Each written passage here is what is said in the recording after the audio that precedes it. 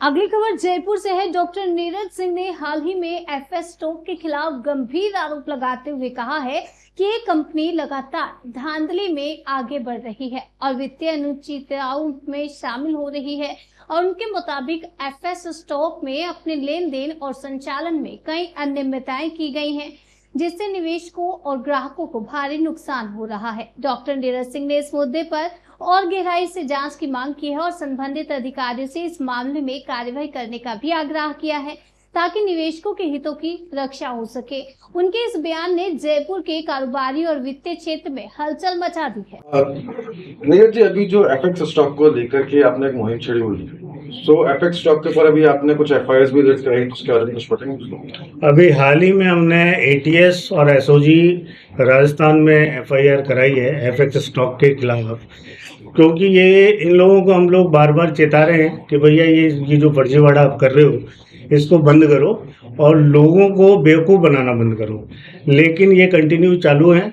और अभी तो इनकी इतनी हद है कि अपने लीडर्स के द्वारा भारत का पैसा विदेश में ले जाने की तैयारियां कर रहे हैं और लोगों को निवेश के नाम से मूर्ख बना रहे हैं। तो बेसिकली एफएक्स स्टॉक किस तरह से लोगों को बेवकूफ बना रहा है और क्या बेवकूफ इसमें है उसका? इसके पास कोई भी लीगल पेपर्स नहीं है, ना कोई फैक्ट्री है, निवेश का कोई भी लाइसेंस नहीं है, सिर्फ क्रिप्टो करेंसी के नाम से ये मूर्ख बना रहे हैं।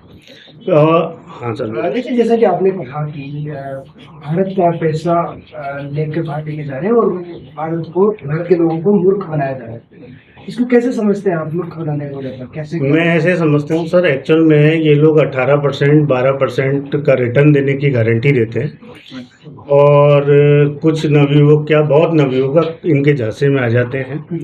इनिशियली स्टेज पे कोई बंदा अपना लाख रुपया, 2 लाख रुपया, 5 लाख रुपया निवेश करता है, तो इनिशियली स्टेज पे ये लोग 12,000 रुपये, 18,000 रुपये ये रिटर्न करते हैं। मतलब आपसे ही पैसा लेके आपके पैसे से ही आपको वापस दे रहे हैं। लेकिन एक समय ऐसा आएगा कि ये चीज़ें इतनी ज़्यादा ब्लंडर बन जाएगी कि वो पैसा जो पीछे वाले जो निवेशक हैं उनका पैसा अटक जाएगा और ये लोग भाग जाएंगे।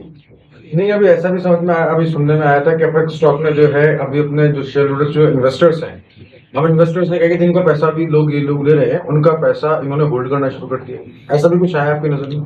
होल्ड नहीं, अब धीरे धीरे कर दिया सर। एक्चुअल में पहले ये 7 दिन में रिटर्न दे रहे थे, 15 दिन में अब 15 दिन में रिटर्न कर दिया, अब 1 महीने में हो जाएगा, ऐसे 2 महीने में हो जाएगा और ये एक टाइम के बाद ये पैसा फंस जाएगा और ये लोग अपने मोबाइल स्विच ऑफ कर लेंगे। और इन्होंने एक प्लानिंग और की है, जो अब क्या कर रहे हैं, लीडर्स के नाम पे नए चेहरे लेके आ रहे हैं। उनको तो बेचारों को ये पता ही नहीं है कि वो कितना बड़ा झांसा दे रहे हैं और लोगों से पैसे ले रहे हैं। मतलब ये लोग तो, जितने बड़े लोग हैं ये तो बाहर निकल जाएंगे और वो जितने भी छोटे लीडर्स हैं वो फंसेंगे और उनको 100% नहीं 200% जेल उनकी निश्चित है। एफएक्स स्टॉक के जो निदेशक हैं वो एक एडवोकेट और एक पुलिस का अधिकारी दीपक मलिक है, जो अपने आप को पुलिस वाला बताता है, लेकिन वो पुलिस वाला नहीं है, वो एक फ्रॉड है। वो 2017 से फ्रॉड कर रहा है। उसने एक मोशन करके कंपनी बनाई थी और उसका नाम है अंश मोशन करके, उसमें भी लोगों का निवेश किया। उसके खिलाफ उस मोशन पिक्चर्स में एक एफआईआर है, 34 लाख का गबन 2017 में किया हुआ है। इस पे एफआईआर भी है और ये फरार है। वो एफआईआर अभी भी खड़ी है और ये अभी तक पुलिस में आया नहीं है।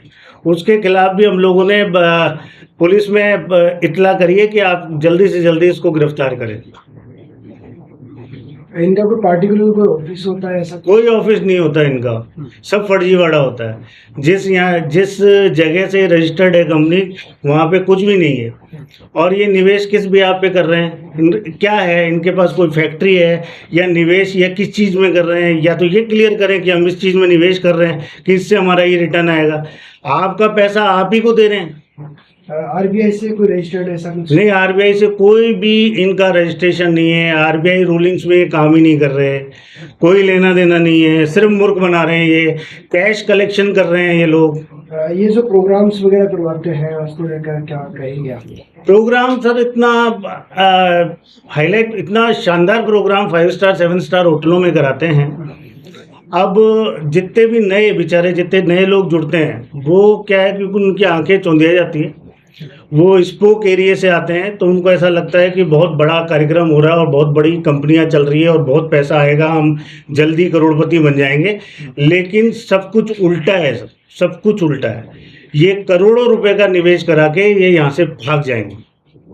क्रिप्टो करेंसी तो ऑलरेडी इंडिया में बैन है। बिल्कुल बैन है साहब, इनके 9 प्लेटफॉर्म बैन कर रखे हैं गवर्नमेंट ने, फिर भी लोग बाग समझ नहीं रहे।